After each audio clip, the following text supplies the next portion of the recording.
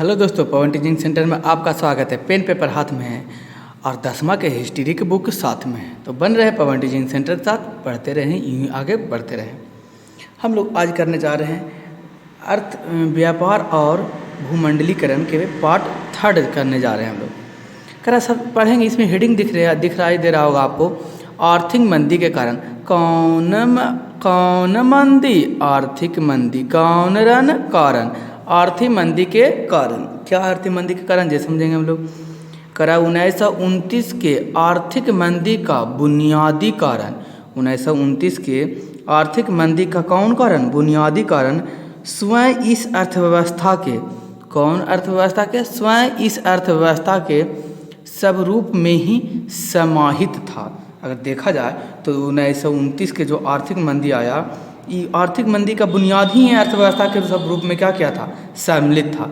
और मतलब सर क्या था, जैसे देखें इसी आर्थिक मंदी के नए में आया एक नया शब्द आया जिसका नाम पड़ा शेयर बाजार, जिसको इंग्लिश में कहते हैं शेयर मार्केट कहते हैं।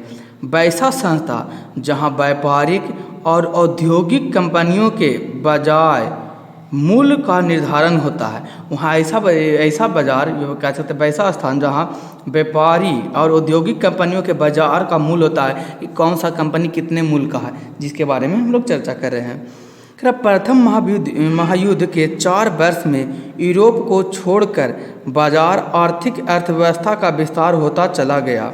देखा जाए तो प्रथम महायुद्ध के 4 वर्ष के यूरोप को, प्रथम महायुद्ध हुआ उसके बाद 4 वर्ष में यूरोप को छोड़कर यूरोप के बालकों को छोड़कर बाजार आर्थिक आधारित अर्थव्यवस्था का विस्तार होता चला गया। खाली यूरोप में ही विस्तार नहीं हुआ और बाकी हर एक जगह विस्तार होता चला गया। उसके मुनाफे बढ़ते चले गए। दूसरी तरफ अधिकांश लोग गरीब और अभाव में पीसती रहे। अगर देखा जाए तो दूसरी तरफ बहुत सारे लोग मुनाफे में चलते चल गए, तो जो लोग गरीब थे वो और गरीब होते चले गए और गरीब होते चले गए और ऐसे अभाव में पीसते चले गए। नवीन तकनीक, कौन तकनीक, नवीन तकनीकी प्रगति तथा बढ़ते हुए मुनाफे के कारण उत्पादन में जो भारी वृद्धि हुई, उससे ऐसी स्थिति उत्पन्न हो गई कि जो कुछ उत्पादित किया जाता था उसे खरीद सकने वाले लोग बहुत कम थे। और ऐसे नए तकनीक आया, नए तकनीक के साथ साथ बहुत सारी चीज़ों के मुनाफे होने लगे। मुनाफा में इतना उत्पादन हो गया, इतना उत्पादन करना गया कि भारी वृद्धि हुई उत्पादन में बहुत सारे, क्योंकि नए नए तकनीक आए तो मुनाफा अपने आप बढ़ जाएगा। बोल सर नए नए तकनीक आए तो मुनाफा कैसे बढ़ जाएगा, जो हमको समझा के बताइए, हमको समझ में नहीं आया। हम देखिए आपको समझाने का प्रयास करते हैं। जैसे नए तकनीक आया, कहने का मतलब पहले जो हाथ के द्वारा बनाया जाता था, अब मशीन के द्वारा बनाया जाने लगा। कौन मशीन, अब मशीन के द्वारा बनाया जाने लगा। तो जब मशीन द्वारा बनाया जाने लगा तो उत्पादन, पहले एक व्यक्ति एक दिन में एक वस्त्र बनाता था और एक मशीन है जो एक दिन में एक ही वस्त्र बनाएगा नहीं, मान लेते 10 लगभग कई वस्त्र बनाता, 10 वस्त्र। तो पहले एक दिन में एक वस्त्र तैयार हो रहा था, लेकिन अब एक मशीन द्वारा कितने वस्त्र तैयार किए जा रहे हैं, 10 वस्त्र तैयार करे जा रहे हैं। तो उत्पादन में क्या हो गया, वृद्धि होगी। उत्पादन में क्या हो गया, वृद्धि होगी। जब उत्पादन में वृद्धि हुई, यहाँ मंदी तो बढ़ते जा रहा था, मंदी मतलब किसी के पास रोजगार नहीं था, पैसा नहीं था, तो क्या उत्पादन जो वृद्धि हो गया, इस वस्तु को कोई खरीद पाएगा, नहीं खरीद पाएगा। तो खरीद नहीं पाएगा तो विकसित तो हुआ, मशीनीकरण आया, नया तकनीक आया, तो विकसित उत्पादन में तो वृद्धि हो गया, लेकिन इसे भारी वस्तु को खरीद नहीं पा रहे थे लोग। यानी कि इसे उत्पादन में खरीद सकने वाले लोग कम थे। क्यों कम थे, क्योंकि मंदी आया था, किसी के पास पैसा नहीं है तो क्या उत्पादन बढ़ने से क्या चीज़ हो जाएगा, कोई खरीद नहीं पाएगा, तो खरीद ही नहीं पाएगा तो क्योंकि आर्थिक मंदी आया था। आर्थिक मंदी क्यों था, किसी के पास रोजगार नहीं था, क्योंकि प्रथम विश्व युद्ध खत्म हुआ था, तो रोजगार किसी के पास रोजगार का सृजन नहीं था, रोजगार कोई देख नहीं पा रहा था, जिसके कारण बहुत सारे परेशानी, समस्या, दिक्कत का सामना करना पड़ रहा था। नया शब्द सट्टेबाजी, इसी समय में एक नया शब्द आया जिसका नाम पड़ा सट्टेबाजी। कंपनियों में पूंजी लगाकर उसका हिस्सा खरीदना ताकि उसका मूल्य बढ़े और पुनः उसे बेच दे। लोग सट्टेबाजी करने लगे, यानी कहने का मतलब कैसे करने लगे सर, जो हम कहें कि कंपनी है, ये कंपनी में क्या होने लगा, जो समझिए मान लेते हैं टोटल 100 रुपये की कंपनी, यानी कि इसका वैल्यूएशन कितना है 100 रुपये, बिकेगा भी तो 100 रुपये में बिकेगा। हुआ क्या, जब मशीनीकरण आया, मशीन बढ़ा, उत्पादन बढ़ गया, उत्पादन बढ़ गया तो बिक्री होने खरीदे, कोई लोग वस्तु को खरीद नहीं पा रहे थे क्योंकि उनके पास खरीदने के लिए पैसे नहीं उपलब्ध थे, तो नहीं खरीद पा रहे थे। तो अब सारा वस्तु जो बन रहा था सारा कंपनी में ही धर रखा जा रहा था, जिसके कारण कंपनी का मूल्य घटते चला गया, इसकी मांग घटा, जिसके कारण क्या, इसका मूल्य 100 रुपया ना होकर अब कितना हो गया 80 रुपया होगा। अब हम देखें क्या चीज़, कंपनी का मूल्य घट गया, यानी कि इसका जो मान है घट गया। जैसे ही कंपनी का मूल्य घटा, हम सोचे कि इसका 40% हिस्सा क्या कर लेते हैं, खरीद लेते हैं सस्ता दाम पर, क्योंकि इसका तो नुकसान हो रहा है तो सस्ते दाम पर भी बिकेगा इसका। तो 40% यानी 50%, यानी 180 का 40% खरीद लिए, यानी कि 50% हम शेयर इसका खरीद लिए। शेयर मतलब कुछ इसका पूरा आधा का मालिक बन गए। अब हम क्यों खरीदे, बोल सर आप क्यों खरीदे, जब आपको पता था कि वृद्धि नहीं हो रहा, बिक्री नहीं हो रहा, तो मुनाफा तो कंपनी देगा नहीं। हम इस आशा में खरीदें कि कभी तो ऐसा आएगा कि मंदी खत्म होगा, लोगों के पास पैसे आएंगे, वस्तु खरीदेंगे तो कंपनी चलने लगा, इसलिए कंपनी का वैल्यू क्या हो जाएगा, फिर 100 रुपया हो जाएगा, यानी 100 हो सकता है 500 रुपया हो जाए। इस सोचकर हम क्या कहते हैं, इसका मूल्य खरीद लिए। के बाद ये 500 रुपये इसका मूल्य हो जाएगा। अभी हम 50 रुपये हम खरीदे हैं, 500 रुपये इसका मूल्य हो जाएगा, तो इसका आधा कितना 250 रुपया हमको मिलेगा। सोचिए 5 गुना हमको मिल जाएगा इसका पैसा, जिसके चक्कर में हम क्या कर लिए, खरीद लिए। यानी कि सट्टा पर बाजी तो क्या लगा दिए, एक तरह से कह सकते हैं सट्टे पर जिस तरीक़ा से लगाया जाता है अधिक मूल्य में, उस तरीक़ा से हम लगा लिए इस पैसा को। उम्मीद करते हैं आपको समझ में आएगा। अगर आपको समझ में आया होगा सट्टेबाजी तो आप नीचे कमेंट बॉक्स में लिख के जरूर बताएं, या लाइक और शेयर सब्सक्राइब करना ना भूलें। बने रहे पवन टीचिंग सेंटर के साथ, पढ़ते रहिए, आगे बढ़ते रहें। कृषि क्षेत्र में अति उत्पादन की समस्या बनी हुई थी। देखा जाए तो कृषि क्षेत्र में अति उत्पादन की समस्या क्या होते जा रहा था, बढ़ते जा रहा था। कृषि क्षेत्र में यह अति उत्पादन प्रथम महायुद्ध के बाद भी बना रहा। अति उत्पादन यानी कि उत्पादन क्षमता बढ़ते जा रही, क्योंकि मशीनीकरण आ गया था, नए नए तकनीक आ गया था, जिसके कारण उत्पादन क्षमता बढ़ते जा रहा था। लोग ज़्यादा से ज़्यादा उत्पादन कर रहे थे, वस्तुओं को निर्माण कर रहे थे, कि इस भरोसे में कि इसे एक समय आएगा तो क्या होगा, बिकेगा, क्योंकि लोग के पास वस्तुओं की ज़रूरत तो अवश्य पड़ेगी, और जब वस्तुओं की ज़रूरत पड़ेगा तो इसे खरीदेंगे, और खरीदेंगे तो हम सबसे पहले अपना मार्केट में अपना वस्तु को देंगे, इसलिए हमको मुनाफा अधिक होगा। जिसके चक्कर में लोग क्या करने लगे, अधिक से अधिक खरीदने लगे, लेकिन उसे खरीद सकने वाले लोग बहुत कम थे। लेकिन क्या खरीद रहे थे, नहीं, क्योंकि लोगों के पास पैसा नहीं था, क्योंकि मंदी आ गया था, रोजगार नहीं था तो पैसा नहीं था, और जब पैसा नहीं था तो क्या वस्तु को खरीद पाएंगे, नहीं खरीद पा रहे थे। इससे उन कृषि उत्पादनों की कीमत गिरी। यही कारण हुआ कि इस कृषि उत्पादन का क्या होने लगा, कीमत गिरने लगा। गिरती कीमत से किसानों की आय घटी। जैसे जैसे कीमत गिरते जा रहा था, इसी चैतन्य में क्या हो गया, किसानों की आय घटते चलेगी। अतः इस स्थिति से निकलने के लिए उन्होंने उत्पादन को और बढ़ाया, ताकि कम कीमत पर ज़्यादा माल बेचकर अपना आय स्तर बनाए रखा जा सके। ये कारण हुआ कि यहाँ पर और क्या चीज़ करने लगा, बढ़ाने लगा। इस स्थिति में निकलने लगा, उत्पादन को और वृद्धि करने लगा, बढ़ाने लगा, ताकि कम कीमत पर ज़्यादा माल को क्या कर रहे, कम कीमत पर ज़्यादा माल को बेच सके, इसलिए उत्पादन और बढ़ा रहे थे। कम कीमत पर मतलब सर, जैसे मान लो कि पेंसिल का दाम 5 रुपया, अब इसको हम 4 रुपया पर खरीदे, 3 रुपया पर खरीदे, तो किसी के पास पैसा ना रह, जरूरत भी नहीं है इस वस्तु को खरीदने के लिए, उसके बावजूद भी सस्ता के नाम पर खरीद लेंगे कि चलो बाद में काम ही देगा। इनसे बाज़ारों में कृषि उत्पादन की आमद और बढ़ा दी, इस तथा कीमतें और नीचे चली गई। यही कारण हुआ कि कृषि से बने हुए वस्तुओं की आमदनी क्या हो गया, पैसा बढ़ गया, इससे कीमत और बाजार वाले वस्तुओं की कीमत धीरे धीरे और नीचे गिरते चला गया। कृषि उत्पादन बड़ी सड़ने लगी, और कृषि उत्पादन जो उत्पादन किया गया था वस्तु, वो धैल क्या होने लगा, सड़ने लगा, खराब होने लगा, क्योंकि कच्चा माल कृषि द्वारा तो कच्चा माल है, कच्चा माल तो ज़्यादा दिन तक टिक नहीं सकता, तो सड़ने लगा। इस स्थिति का आकलन करते हुए आधुनिक अर्थशास्त्री कार्डलिफ ने पुस्तक द कॉमर्स ऑफ नेशन में लिखा। इसी बात को आकलन करते हुए इसी बात को आकलन करते हुए आधुनिक अर्थशास्त्री, जिसका नाम था कार्डलिफ, ने अपने पुस्तक द कॉमर्स ऑफ नेशन में लिखा कि विश्व के सभी भागों में कृषि उत्पादन एवं खाद्यान्नों के मूल्य की विकृति 1939 से 32 के आर्थिक संकट का प्रमुख कारण था। उन्होंने कहा, तो कौन अर्थशास्त्री, क्या नाम था, कार्डलिफ ने अपने पुस्तक लिखा। पुस्तक कौन सा पुस्तक लिखी है, द कॉमर्स ऑफ नेशन। कौन nation, the commerce of nation में लिखा, उन्होंने लिखा कि विश्व के सभी भागों में कृषि उत्पादन एक खाद्यान्नों को मूल्य की विकृति 1929 से 32 में आर्थिक संकट का प्रमुख कारण था। यही कारण आर्थिक संकट का प्रमुख कारण माना गया कृषि उत्पादन, क्योंकि कृषि उत्पादन हुआ, वस्तु क्या होने लगे, सड़ने लगे, गलने लगे, यानी केवल सड़ने लगे तो उससे नुकसान कैसे हो जाएगा सर, जिससे हम एक एग्जाम्पल के माध्यम से आपको समझाने का क्या करते हैं, प्रयास करते हैं। जैसे मेरे पास ज़मीन है, छोटा सा टुकड़ा ज़मीन का, हम यहाँ पर कृषि किए तो मेरे पास 5 केजी अनाज उपजा, 5 केजी अनाज हुआ, इसको हम क्या किए, बाज़ार में जाकर बेच दिए। बाज़ार में हम 2 केजी खाने के लिए रख दिए, तो कई बेची, 5 केजी में 2 केजी रख लिए, तो कई बेची बचा 3 केजी क्या चीज़ कर दिए, बाज़ार में बेच दिए। अब बाज़ार में बेच दिए तो लोगों के पास पैसा नहीं था कि अनाज को क्या कर सके, खरीद सके। तो दुकानदार जो था, जिसके पास ये वस्तु को रखल अनाज क्या होने लगा, सड़ने लगा, खराब होने लगा। जब ये वस्तु खराब है, अनाज खराब होने लगा, तो इसको एक तो मुनाफा से खरीदा था, पूरा पूंजी लगाकर, इसका भी नुकसान बचा, और जो भी अगर मान लीजिए एक आप पौवा बचेगा, वो भी बेचेगा तो बहुत अधिक उच्च मूल्य पर बेचेगा कि निम्न मूल्य पर बेचेगा। तो बोल सर बाजी भाई पैसा वसूलने के लिए ज़्यादा उच्च मूल्य यानी कि अधिक कीमत पर बेचेगा, अधिक कीमत पर बेचेगा तो आगे खरीदने वालों को भी तो आर्थिक मंदी हाल है, इसका भी तो क्या पैसा का कमी हो गया, इसको भी पैसा कमी है, ये भी कम खरीद पाता है।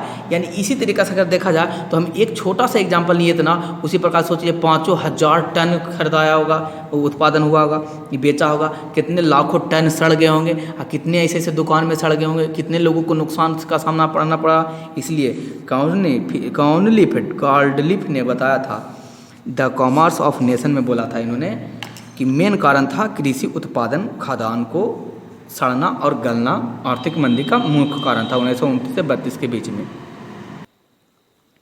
1920 के दशक के मध्य में बहुत सारे देशों ने अमेरिका को कर्ज लेकर अपनी युद्ध से तबाह हो चुके अर्थव्यवस्था को नए सिरे से विकसित करने का प्रयास किया।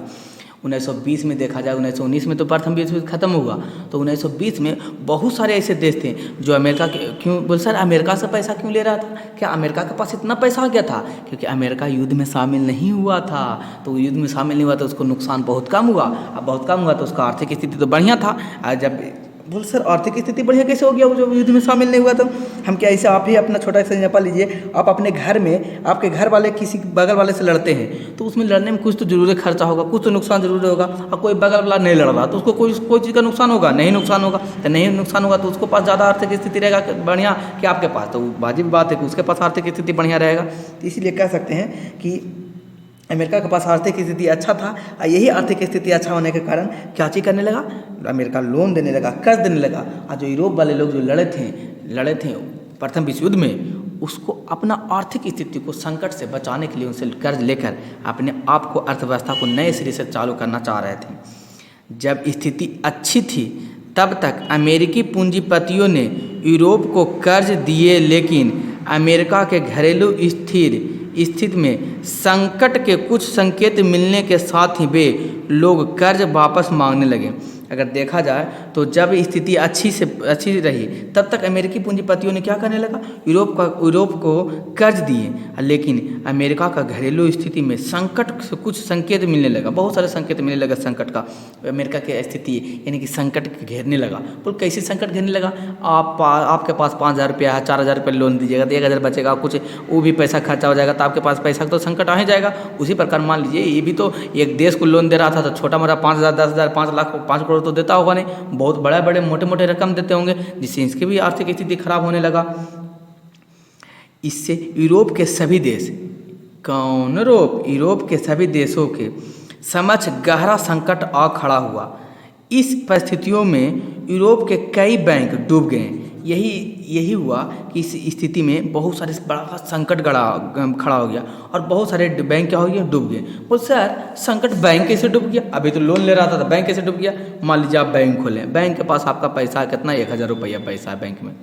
अब 1,000 रुपया है, कोई आके आपसे लोन लिया, चलिए 500 रुपये एक व्यक्ति आके लोन लिया, फिर 500 एक व्यक्ति आके लोन लिया, आपके पास जीरो बैलेंस हो गया। अब जीरो बैलेंस हो गया था, ये क्या कर दिया, पैसा को खर्च कर दिया, इसके पास पैसा नहीं, आप तसलने गए मांगने गए थे, कहा कि लीजिए अब मेरे पास पैसा तो ये नहीं, हमें को उठा लीजिए, खेत ले लीजिए, मेरा जो है संपत्ति ले लीजिए। और संपत्ति आर्थिक स्थिति तो उसको संपत्ति कौन खरीदा, कोई खरीदने वाला तो है नहीं, तो कोई खरीदेगा नहीं, तो बैंक के पास क्या आ गया, जीरो बैलेंस हो गया। तो जीरो बैलेंस पर हो गया तो कौजी कहलाया, दिवालिया घोषित कहला गया। दिवालिया घोषित मतलब बैंक भी खत्म हो गया, बैंक के पास पैसा नहीं, बैंक खत्म। उसी प्रकार यहाँ भी क्या, बैंक डूब गए मतलब इसका पैसा वापस नहीं आ पा रहा, कोई दे नहीं। तो बैंक तो क्या करे, इंसान को ले जाके बंद तो नहीं कर सकता नहीं, तो वो सर जेल लेके जाता, जेल ले जाके करता कि आर्थिक स्थिति खराब था तो जेल भी जाके जेल में रहता था, कि उससे क्या पैसा इसको मिल जाता नहीं, फिर भी तो डूब ही जाता ना। महत्वपूर्ण देशों की मुद्रा मूल्य गिर गई। अब बहुत सारे महत्व ऐसे ऐसे देश थे, सारे की मुद्रा क्या हो गया, गिर गया। मुद्रा गिर गया कहने का तात्पर्य यह हुआ कि पैसा का वैल्यू ही नहीं रह पाया। इसमें और बड़ा संकट तब आ गया तब यूरोप अपने आप को यांत्रिक उत्पादन पर निर्भर कर लिया। इसमें और बहुत बड़ा संकट किया तब आ गया जब यूरोप क्या किया, अपने आप को आंतरिक तरीक़ा से अपने आप को अपने देश में ही बढ़िया से संभाल मार कर अपना काज करने लगा। प्रथम महायुद्ध के बाद इस क्षेत्र में यूरोप का एकाधिपत्य समाप्त हो गया। कनाडा, रूस और औपनिवेशिक देशों से उसे कड़ी चुनौती मिली। ये हुआ प्रथम महायुद्ध के बाद इसने क्या किया, क्षेत्र में यूरोप को एकाधिपत्य समाप्त हो गया। कनाडा और रूस के औपनिवेशिक देशों में इसको क्या करने लगा, कड़ी चुनौतियां मिलने लगा। रूस और कनाडा ने सस्ते अनाजों को उत्पादित किया। यही कारण हुआ कि रूस और कनाडा क्या किया, सस्ते उत्पादन को क्या किया, रूस क्या किया बने ऐसा सा वस्तु उत्पादन करने लगा कि कम कीमत पर मिल जाए, सस्ते कीमत पर मिल जाए। क्यों, ये बाजार को समझ गया, क्योंकि बाजार के पास पैसा नहीं था, वो कम पैसा में बहुत अधिक वस्तु खरीदना चाह रहा था मार्केट में लोग। यही काम क्या किया कनाडा वाला लोग किया कि ऐसा उत्पादन करने लगा कि कम वस्तु में अनाज को भी देने लगा, अनाज को उत्पादन किया, जिसके कारण कृषि आधारित यूरोपीय देश तबाह हो गए। यही कारण जे भी कृषि आधारित देश था, अब वो कम दाम वाला अनाज खरीदेगा कि ज़्यादा दाम वाला अनाज खरीदेगा, कम दाम वाला अनाज खरीदेगा।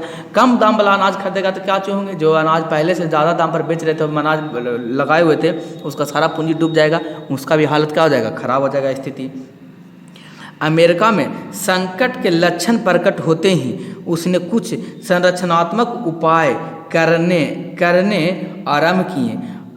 आयातीय वस्तुओं पर उसने 2 गुना सीमा शुल्क लगा दिया, और आयात के जितने भी वस्तुएं थे उसने कई गुना, 2 गुना कौन शुल्क लगा दिया, सीमा शुल्क लगा दिया।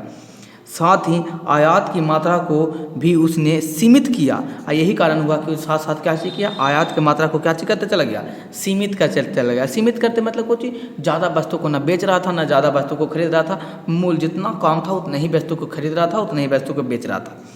संकट धीरे धीरे अन्य देशों में प्रकट होने के साथ ही सभी राज्य यह प्रयास करने लगे कि अपनी आवश्यकता की अधिकांश वस्तुएं स्वयं के द्वारा ही उत्पादन करें।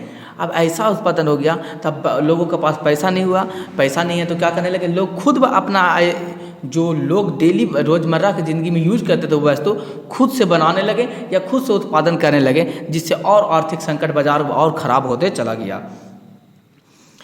इस संकुचित आर्थिक राष्ट्रवाद ने विश्व व्यापार को बाजार आधारित व्यवस्था को कमर कस दिया। ये कारण हुआ कि क्या हुआ, आर्थिक बाजार को आधारित जो बाजार था, आर्थिक स्थिति पर आधारित था बाजार, उसको क्या कर दिया, उसकी कमर ही तोड़ दी। कमर ही तोड़ दी मतलब कुछ, यानी आर्थिक स्थिति पर था, पैसा पर ही बाजार टिका हुआ था, अब पैसा ही खत्म हो गया तो बाजार तो खत्म हो जाएगा। यानी कहने मतलब कमर तोड़ देना, यानी कि उसको एकदम उस बाजार का एकदम नामो निशान मिटा देना, खत्म कर देना। आर्थिक मंदी में अमेरिका के बाज़ारों में शुरू हुआ सट्टेबाजी की प्रवृत्ति। यही आर्थिक मंदी के कारण ही अमेरिका में क्या चीज़ की प्रवृत्ति शुरू हो गया, सट्टेबाजी की प्रवृत्ति। सट्टेबाजी की प्रवृत्ति मतलब कुछ ही लोग अब सट्टे लगाने लगे।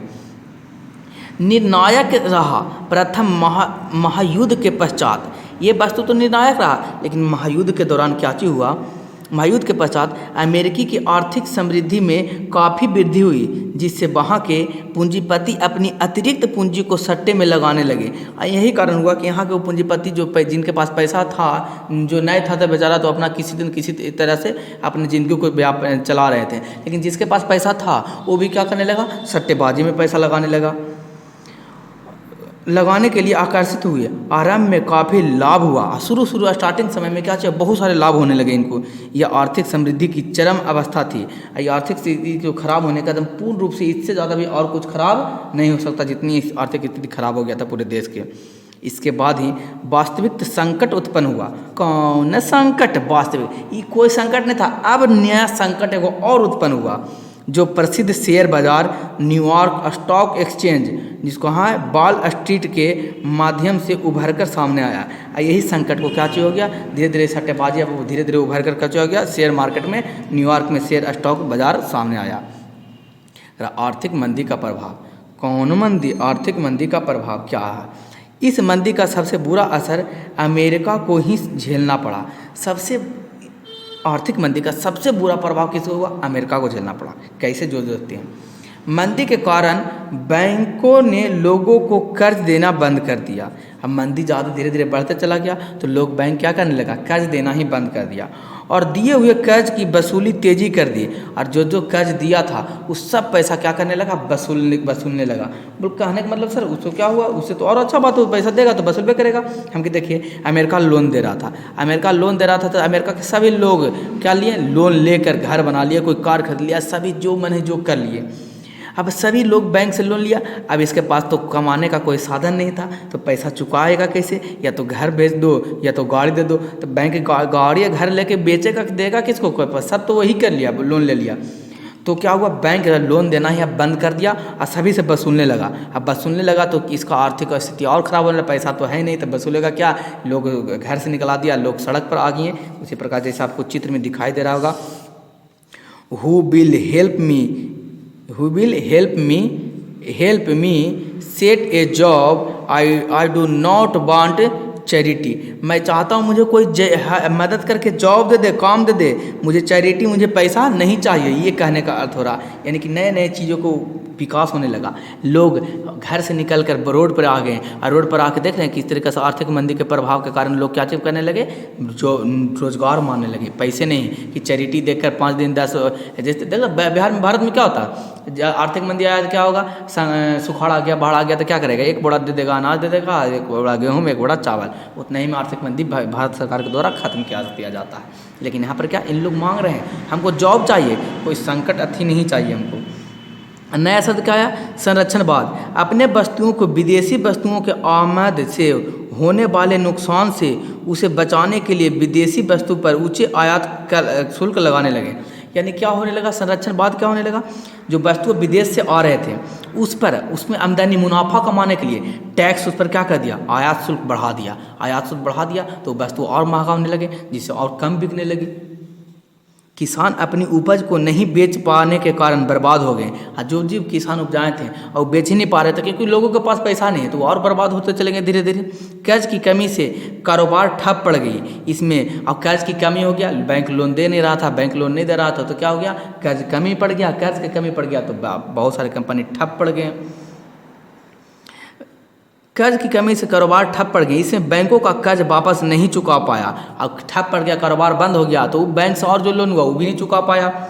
बैंकों ने लोगों को सामानों, मकान, कार, जरूरी चीज़ें को कुर्क कर लिए गए। कुर्क कर लिए मतलब वो जी अपने अंदर कर लिया। अभी बताएं कि क्या पैसा नहीं है तो घर बना लिए, तो लोन लेके ले जाइए लोन, अब तो घर ही लेके जाइए, क्या कर सकते हैं। तो सबको, मकान को, कार को, जरूरी जितने भी वस्तु थे सबको अपने हवाले कर लिया। लोग सड़क पर आ गए। क्या हो गए लोग, यही कारण हुआ कि लोग कहाँ आ गए, सड़क पर आ गए।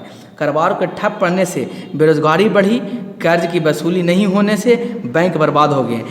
कारोबार के ठप पड़ गया, जैसा ही बैंक लोन देने से मना कर दिया तो व्यापार बंद हो गया। व्यापार बंद जैसा ही हुआ, लोग वहाँ पर जो काम करे तो वो भी, उनका भी क्या हो गया, बेरोजगार हो गए। अब बेरोजगार बढ़ गया तो कर्ज की वसूली नहीं होने लगा। अब बेरोजगार हो गया तो क्या, अब बेरोजगार हो गया तो क्या पैसा वो देगा, बैंक चुका पाएगा, नहीं चुका पाएगा। तो नहीं चुका पाएगा तो कंपनी बर्बाद, बैंक भी क्या हो गया, बर्बाद हो गया।